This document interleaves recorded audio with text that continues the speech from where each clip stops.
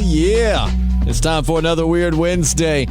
And we're sticking to the video. There's also the audio component if you're listening over on SoundCloud, iTunes, Buzzsprout, and all the other places you can hear podcasts. But if you're watching on YouTube, it's another video podcast. But it's not like normal because I'm in my studio by myself because somebody is quarantining.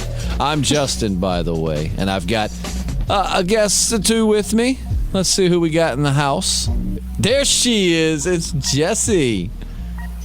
And we've got Seth is doing all of our work here. He's just killing it. There he is. His little girl was hanging out with him earlier and was far more entertaining than we are. So it's sad for you to get to see that.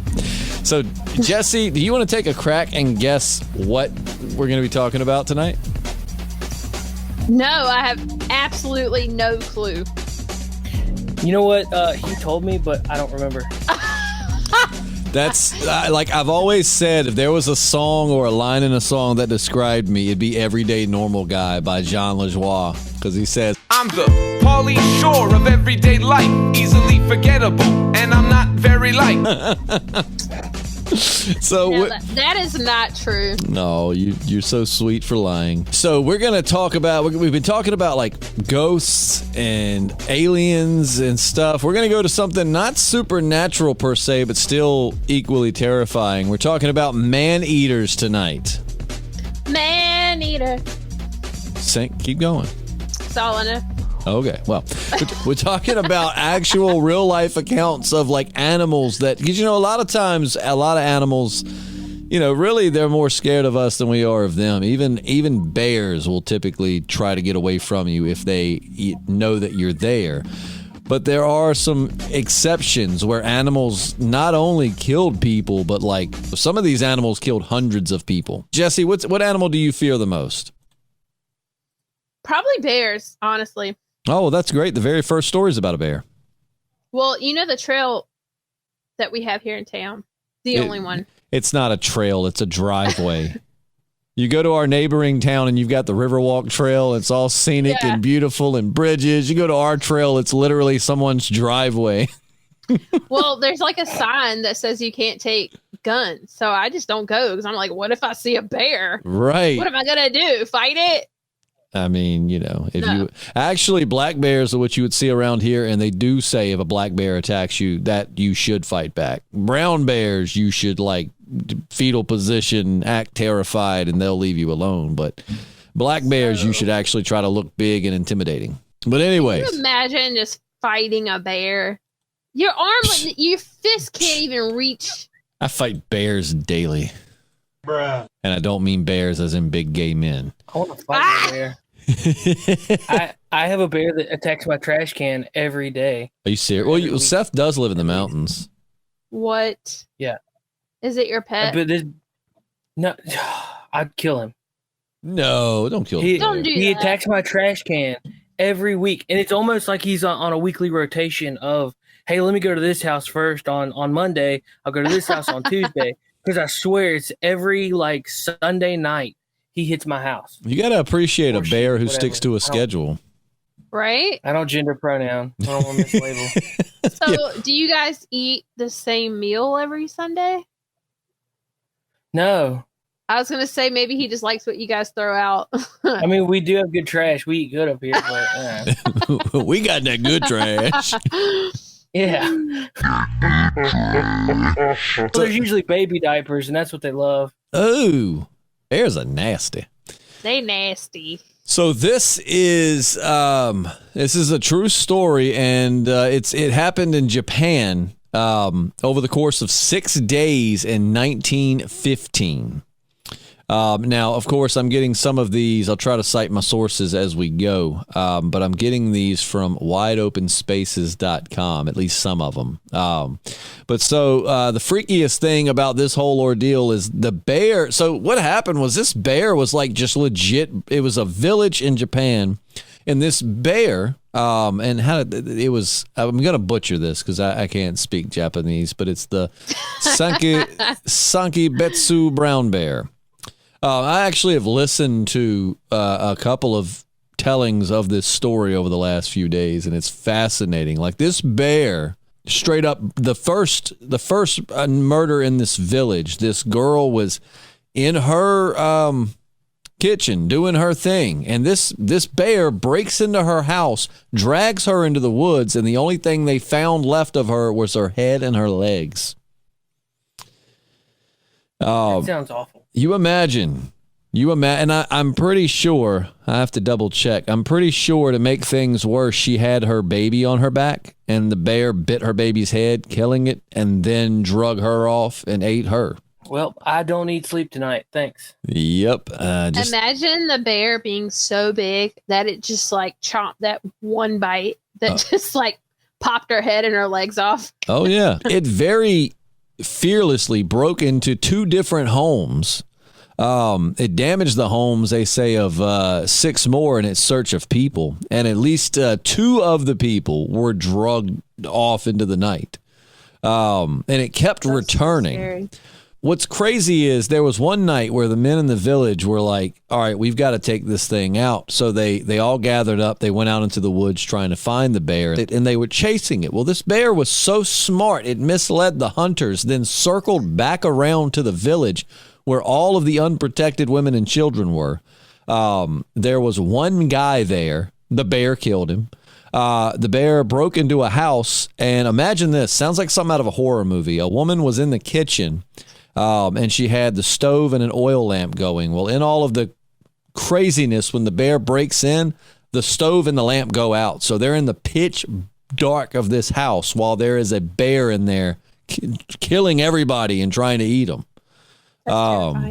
It is Goldilocks and the murderous bear. This is, I mean, it was wild. And I mean, like I said, the guys had been gone, and there was several children were killed in this one particular incident where the bear killed, I think, 2 or 3 children.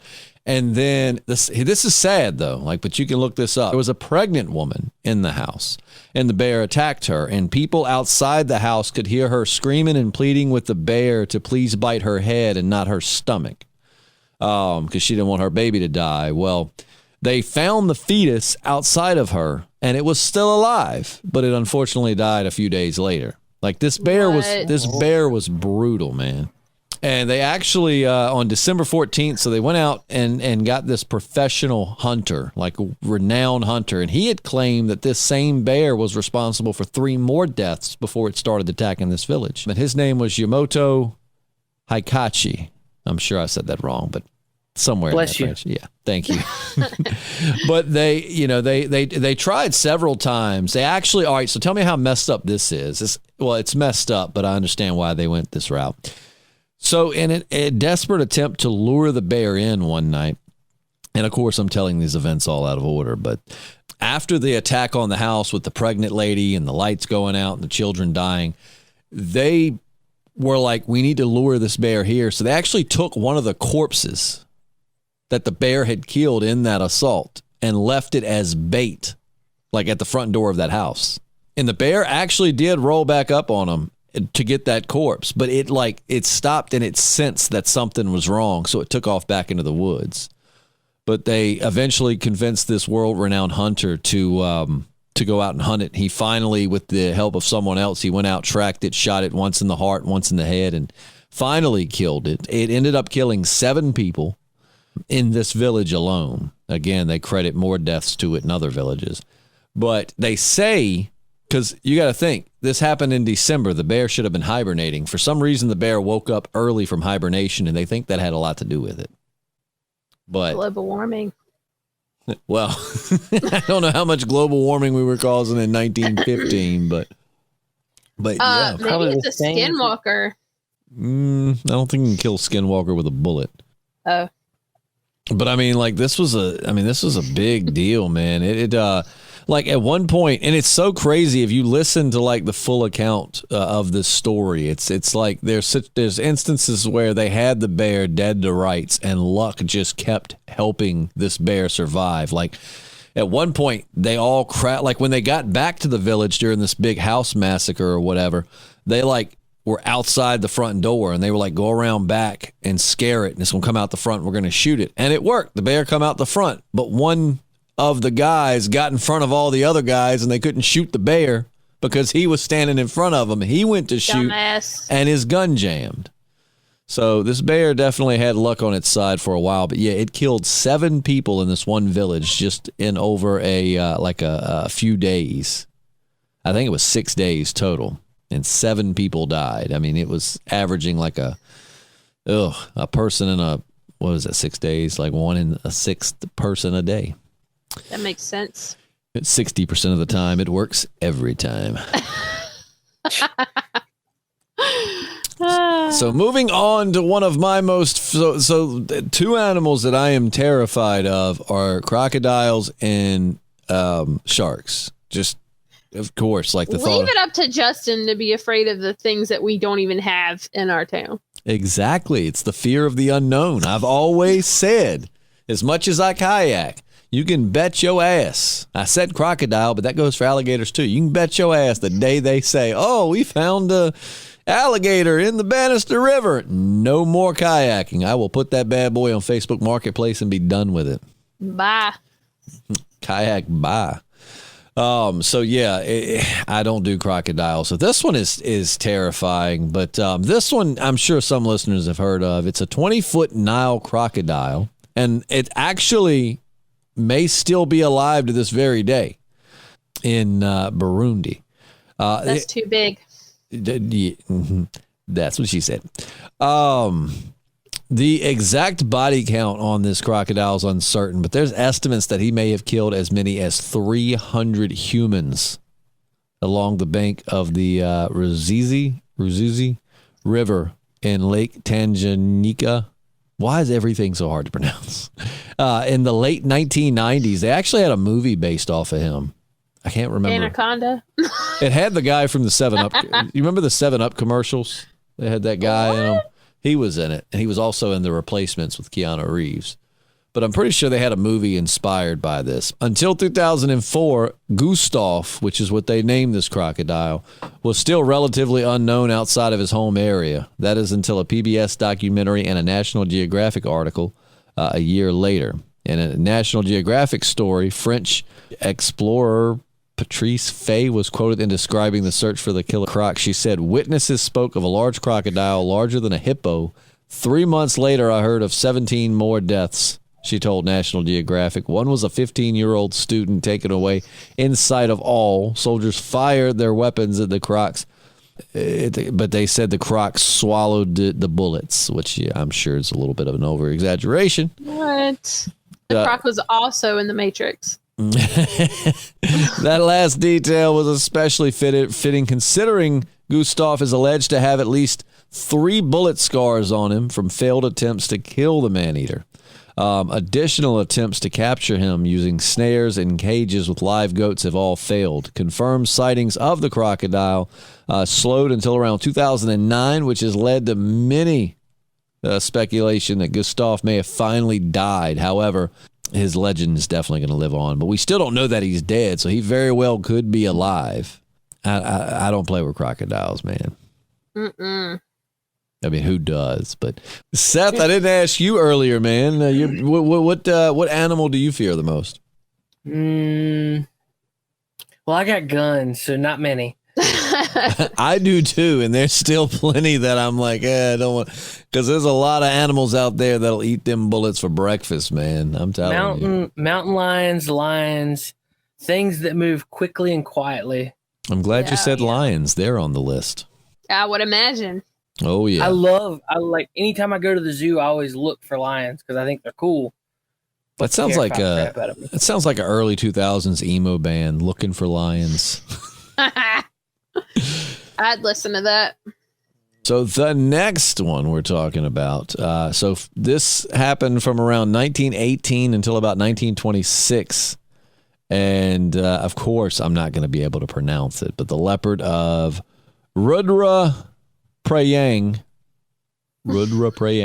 terrorized a small village in India.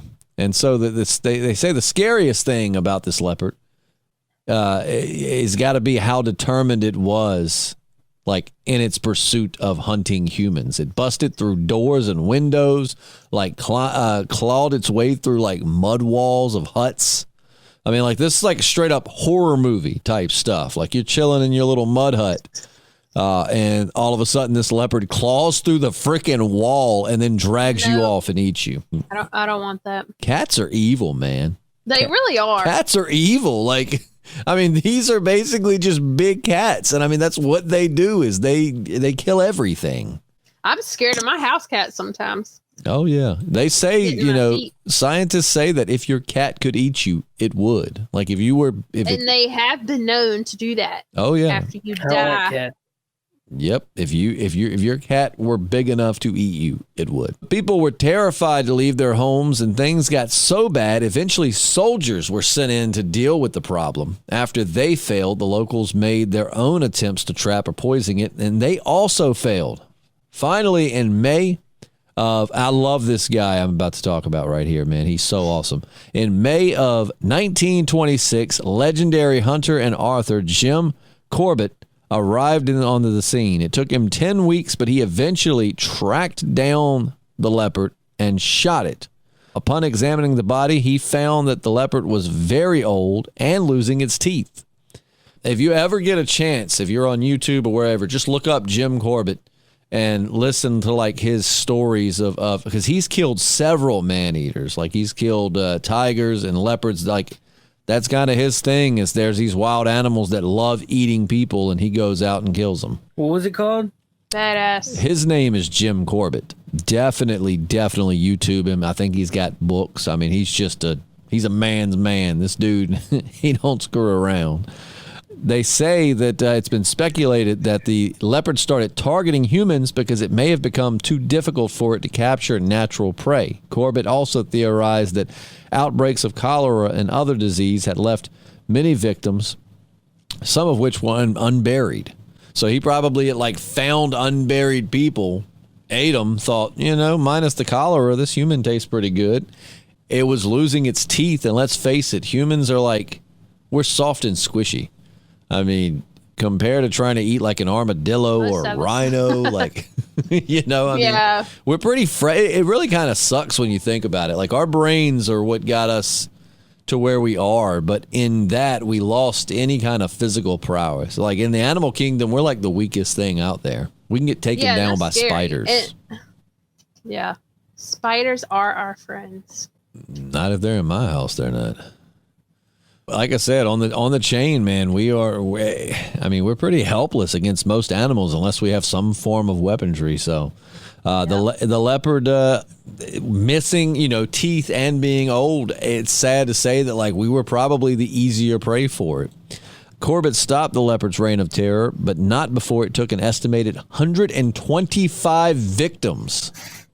Ooh. Now, that's speculation, of course, but if you do more research into the Jim Corbett, into the two lions we're going to talk about next, some people say, oh, it's over-exaggerated, but there's actually been some science done that says that no, it's very possible that these two lions killed hundreds of people.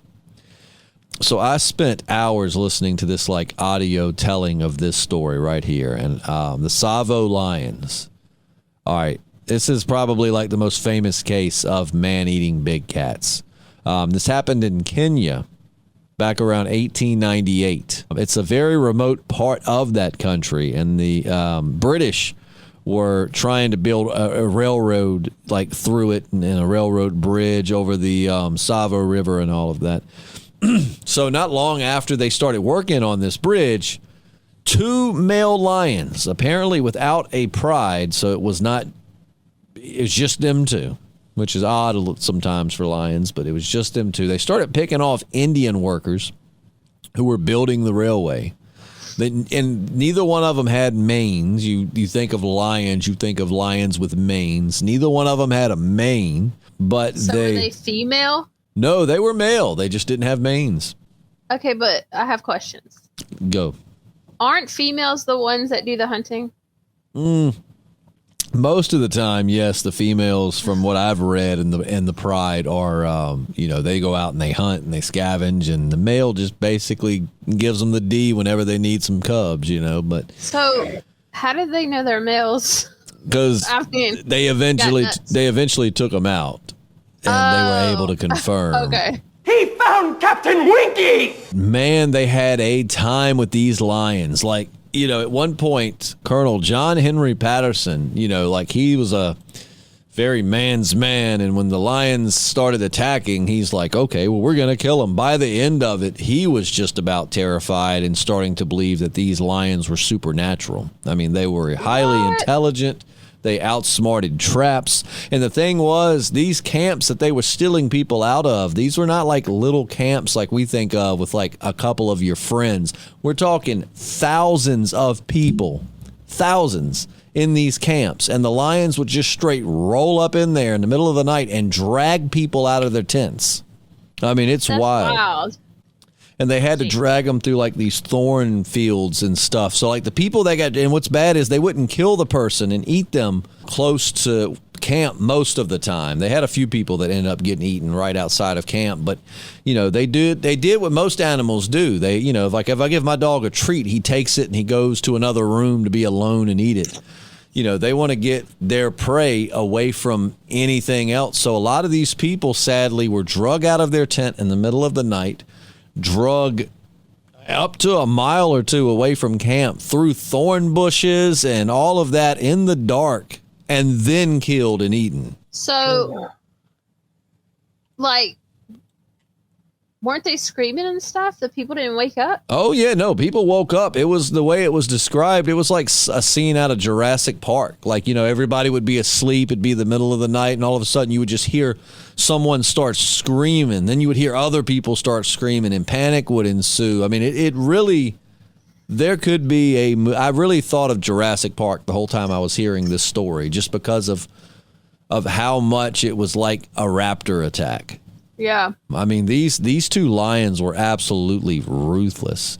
The project's lead, Colonel John Henry Patterson, wrote of the lions' human-killing prowess. He wrote a book, and I'm going to take a picture of this real quick because I want to actually buy this book. It's so fascinating. So he says, at first, they were not always successful in their efforts to carry off a victim. But as time went on, they stopped at nothing and indeed braved any danger in order to obtain their favorite food. Patterson wrote that their methods then became so uncanny and their man-stalking so well-timed and so certain of success that the workmen firmly believed that they were not real animals at all, but devils in lion shape.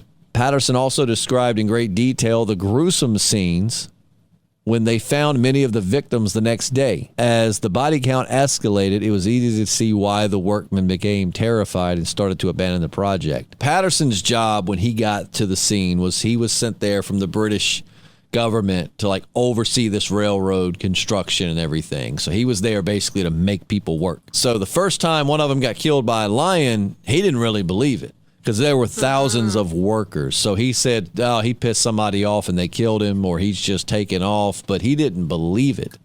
And it took one of like this one guy gets drug out of his tent. They said was like this biggest, manliest man there was in the camp, and said he didn't make a sound as he got drugged. He didn't scream, nothing. But they found him the next day, and there was not much left of him. These two lions won't no joke, man. If you get a chance to look that up in more detail, it's definitely worth listening to. It'll give you chills. I mean, these lions were... Is there pictures of them? Yeah, you could find pictures. You got to spell it T-S-A-V-O, the Savo lions. They were pretty big. I mean, they were pretty big lions. The project was facing total failure, and Patterson had no choice but to take action himself. After much hunting, he successfully shot the two wild animals 20 days apart in December of 1898, effectively ending their 9-month reign of terror. He claimed that the lions had taken 135 victims. Now, what I was listening to had said it was like 200 or 300 victims. But they're saying here that Patterson said 135 victims. Modern studies have concluded that the number was probably a little lower, but the lion's chilling tale remains just well known. I mean, it's What? And the thing is, while this article right here says that, studies show that the numbers may have been a little bit lower, that's actually been also disproven by other scientists, and it's way more complicated than I can explain. It has to do with like the makeup of their teeth and how much protein was in their diet. If they were eating herbivores or other, other carnivorous creatures, and humans eat meat, and it's not, a whole lot. There's some, but there's not a ton of meat-eating animals that lions usually go after. But anyway, I wonder why they didn't have manes. I don't know, actually. Isn't that weird? So I had said I couldn't believe they hadn't made a movie about this. So apparently they made a movie about this in 1996, The Ghost in the Darkness. It starred Val Kilmer. Wow. You can actually go to the Field Museum in Chicago and see these two lions. They're actually on display. They had them stuffed. Where is that at? That is the Field Museum in Chicago. They have the original skulls of the animals. Now, I did hear that the skins were not properly cared for, so they look smaller in person than they actually were, because once they were killed and skinned and all of that, the skin the fur dried up, so they don't look quite as thick and as imposing as they would have. Mm-hmm. I need to see that movie. Now, that one's got a mane, though. Is that the same one? I don't know. I typed it in. I saw a picture of the display, and it was two of them together in the display. Yeah, that's it. But the skin, they said, is all wrong because it was not. Maybe they had like a skin issue, and that's why. I think some male lions just don't have manes. Actually, I think it's not genetics. Yeah, I think some male lions just legit don't have manes. I wonder if they were brothers. That two brothers, 125 humans. Only one will survive. They look so cute. The lions are probably like, it's a life choice. It's like beards. Like they've been shaving off their manes this whole time. Yeah, it's just a life choice. They were like the hipster lions. Like, everybody's got manes. I'm not trying to be like everyone else. I shave my mane. So this one I actually was just listening to last night. So often referred to as the deadliest tiger in history. It's and I can't say this, the Champawat tiger. It's said to have killed a crazy amount of people, 436 people in Nepal and India in the late 1800s and early 1900s. That is oddly specific. Yep. The tigress, it was a female tiger. She started her killing spree in Nepal, ambushing people in the jungle. As her body count grew, hunters were sent in. When they failed to stop her, Nepal took the extreme step of sending their army after this tiger. What? The tiger had over 200 victims by this point. They only managed to just push the tiger. So they didn't solve the problem. They just gave it to someone else. The pressure put on the tiger by the army forced it across this river into India, where it continued its reign of terror. Fear of the tiger, of course, was widespread in the area, and the tiger started getting braver as time went on, dragging off victims to be eaten in broad daylight. So like those two lions I was talking about, they usually only came out at night, is like the majority of their kills were at night. That bear I was talking about, and that bear did come out in broad daylight, but a lot of times it came out at night. But this tiger was getting so brave, it was just killing people in the middle of the day. It just DGAF, I wonder if they just have human once, and then they're like, that's my favorite food. It could be, because to the animal at first we're a little bit imposing, because compared to a lot of the other creatures it sees, we're standing upright, we appear tall, and we scare it at first, but once it sees that we can easily be taken down and gets a taste for us, I've always said we're not at the top of the food chain at all. No way. I know we eat everything, but that's in a bare bones situation, we're at the bottom of that food chain. Yeah. But my boy, Jim Corbett, back in the picture. So eventually the news of the tiger reached Jim Corbett, who was known for stopping man-eaters. In 1907, he traveled to the village of the latest victim to begin his hunt. He described the terror of the people living in the area upon his arrival in his other book, Man-Eaters of Kumoan. Probably saying that wrong, but I'm going to take a picture of that because I really want to get that book too. But Jim Corbett just was a fascinating guy. Is that him in the picture? Let's see. That's what it says. Jim Corbett, a man's man. The people of the village, numbering some 50 men, women, and children, they were just completely freaked out when he got there. And though it was like broad daylight when he got there, he said the entire population was like in their house, doors locked, terrified, which was unusual because big cats usually attack at night. So he said he was informed that for 5 days, no one had gone beyond their doorsteps. The unsanitary condition of the courtyard testified to the truth of this statement, that food was running short and that the people would starve if the tiger was not killed or at least driven away.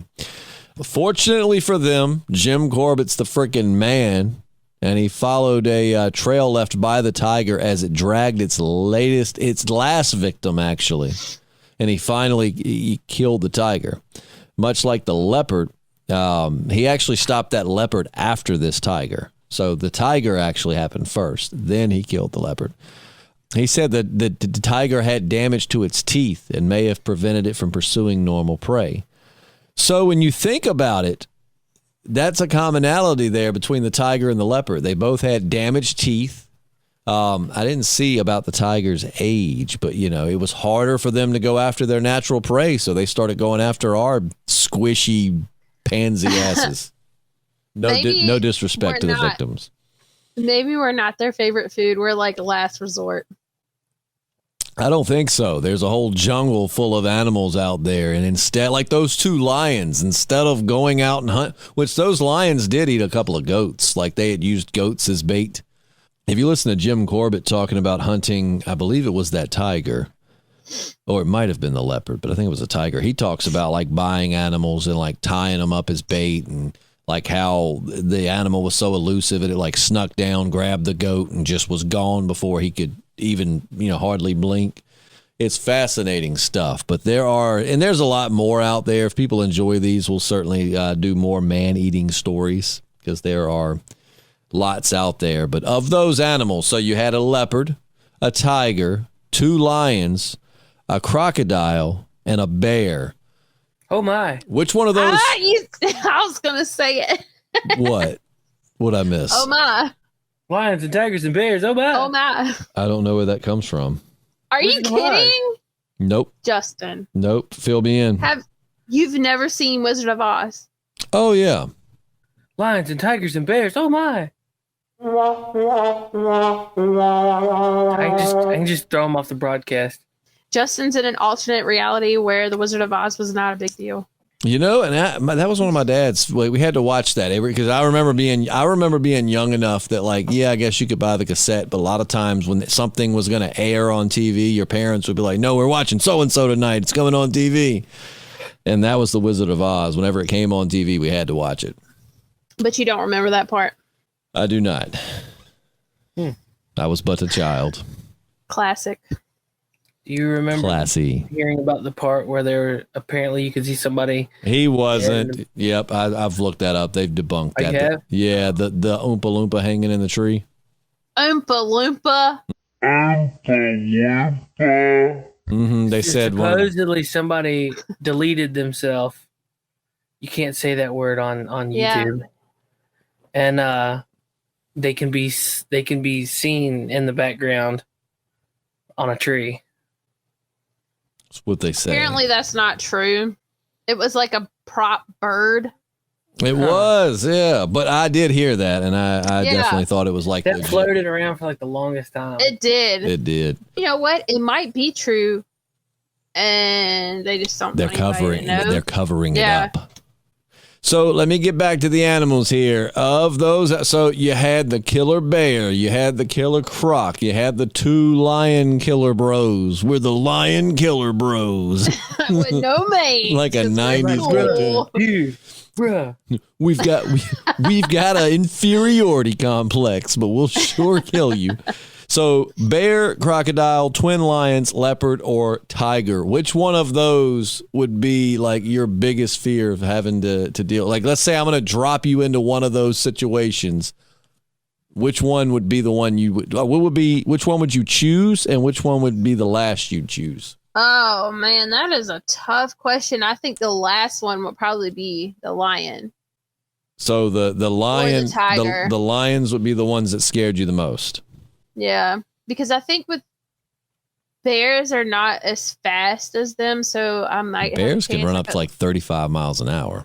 Well, I feel like lions and tigers are faster than bears. A lion can. I think a lion can reach up to like 50 miles an hour in a sprint. So either way, they can all run faster than me. So I don't. Are we know. talking like black bear or brown bear? In this instance, it was a giant brown bear. Actually, I'm pretty sure this type of brown bear was native to like this one place in Japan. I think. Pretty sure. Grizzlies have a top speed of 35 miles per hour. What did I say? What did You're your so boy smart. say? Not really. I just read a lot. The fastest human being was Usain Bolt. He got up to 27 miles per hour. Yeah, we're effed. In the A, like it is not going to happen. You are not going to the booty hole. outrun the bear, and you're not going to outclimb the bear. Oh, well, in my mind, I'm like, which one's eyes can I poke the easiest? They all, other than like the crocodiles, are kind of off. You know, I mean, they're all like front-facing eyes. So, Seth, so God is just feeling cruel today, and he says, "All right, Seth, of those 5 real-life events, I'm going to drop you into one of them, but I'll let you pick. Which one of those would you pick? A bear. You'd pick the bear. Well, it did have the smallest amount of victims. According to Wildlife Facts, you can see all the different speeds. Does one of those say? Bear. Does that say 55 miles an hour? It's kilometers. Well, it's showing miles per hour and kilometers. Panda bear. They say a panda will tear you up. Really? Panda. Haven't you ever seen Anchorman? This is a wild animal, and it will rip my face off. Is that in the first one? Yeah. Because remember Ron and Baxter? Well, Ron ends up in the pen, and Baxter jumps in. Yeah, they're not pandas, but They are pandas. they're not pandas. They are pandas. An Anchorman? Yes. They're not. How much you want to bet? Pull it up, Seth. I will bet you on it. $20. $20. Y'all hear that? Y'all hear it here. Let's see. I'm about to be rich. Well, I owe you 10, so. Look, Panda Watch on Anchorman. It was called Panda Watch. They were watching because the panda was going to have a baby. So They were on Panda Watch, but they were not in the panda den. Those bears were brown. Okay, well, wait a minute. I just thought we were talking about there being pandas in Anchorman. Oh, hold on. Let it play.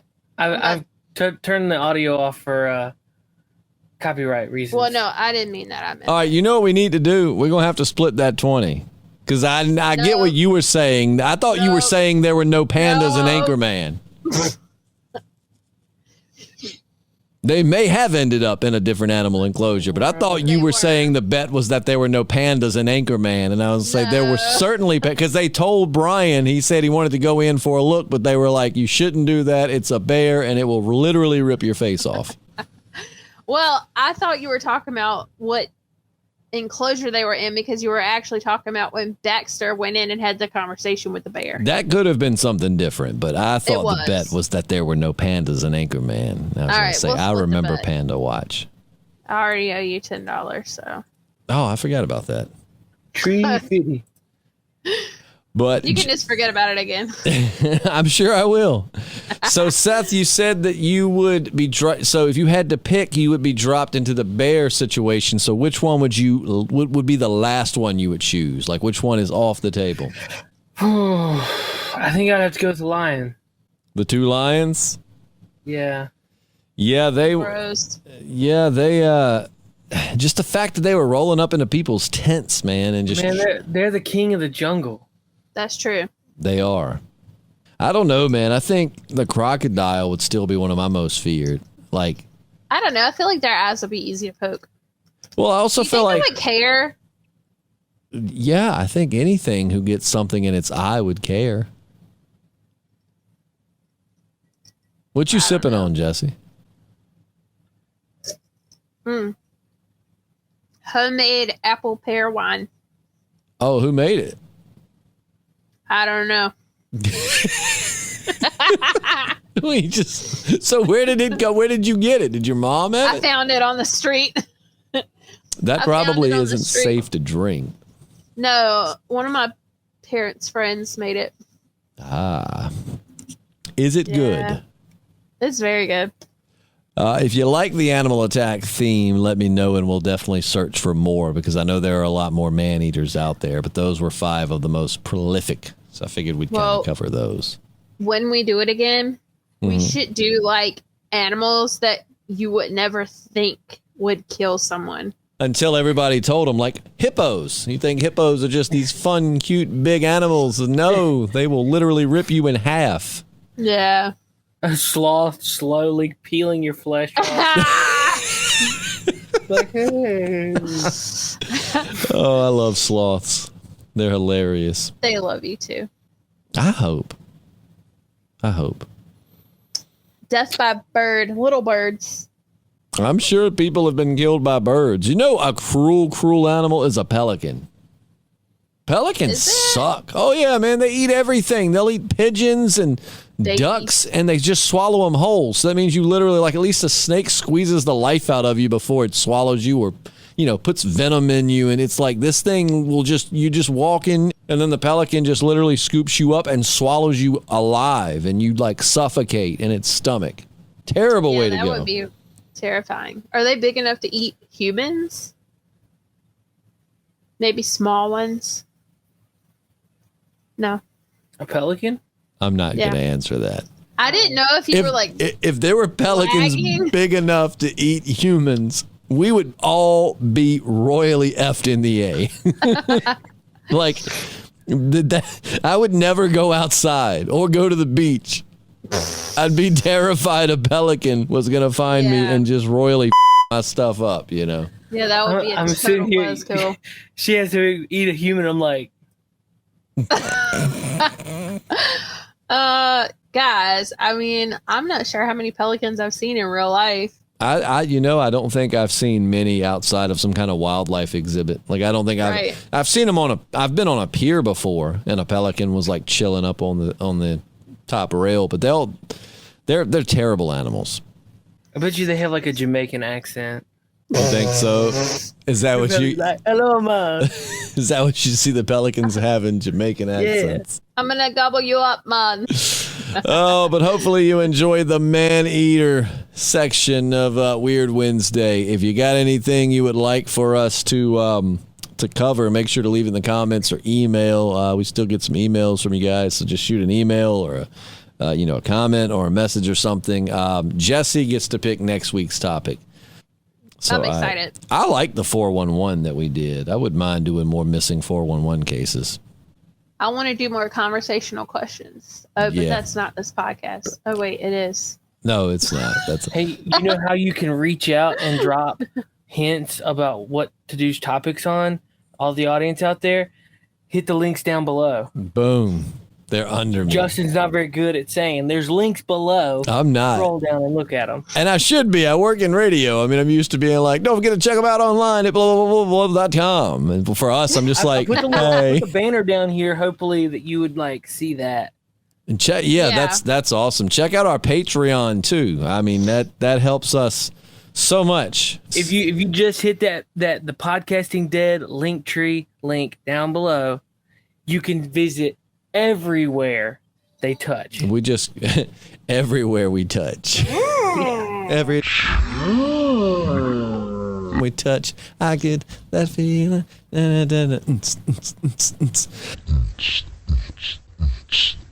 You know, yeah, the Patreon helps us out tremendously. It really does, even if it's like $1 a month, man. Because none of this is cheap. That bleep button I have, that is not cheap. Oh my God, that bleep button's the most expensive thing you got, probably. Oh, it's crazy. It's ridiculous. Like, I'm broke as because of this bleep button. But that's going to wrap up the podcast. Make sure to check us out again. Patreon. We're on YouTube. We're on Spotify, iTunes, Buzzsprout. It's all down there. But we'll see you next Wednesday. Maybe my link, if Justin be nice enough to put it there. Is yours in there? Hey, you got to make it, man. That's what she said. Sorry, I had to. Oh, we're going to see you soon. Seth, before we go, thank you so much for hosting. Thanks so much for making this happen. Tell everybody where they can find you. I am every Friday night live at 9 p.m. at the men's room. If you tune in every once in a while, you may see me. Justin was on there last week. We went to 1:30 a.m. That's not what she said. Ever. You might catch me on there with the Friday Night Buzz every once in a while, so make sure to check it out. Jessi, I'm energized and ready to go. Do you want to tell them anywhere they can find you, Jessi, or are you just staying hidden? You can find me at my house. What? So there's somebody out there who's like, okay, and what's that address? She's going to be out the window like... Just kidding, I don't have a house. But hey, we'll see you soon. I'm Justin. I'm Jessi. I'm Seth. And we're the Podcasting Dead. Nighty night. Bye. Good day. Good morning, whenever you're listening.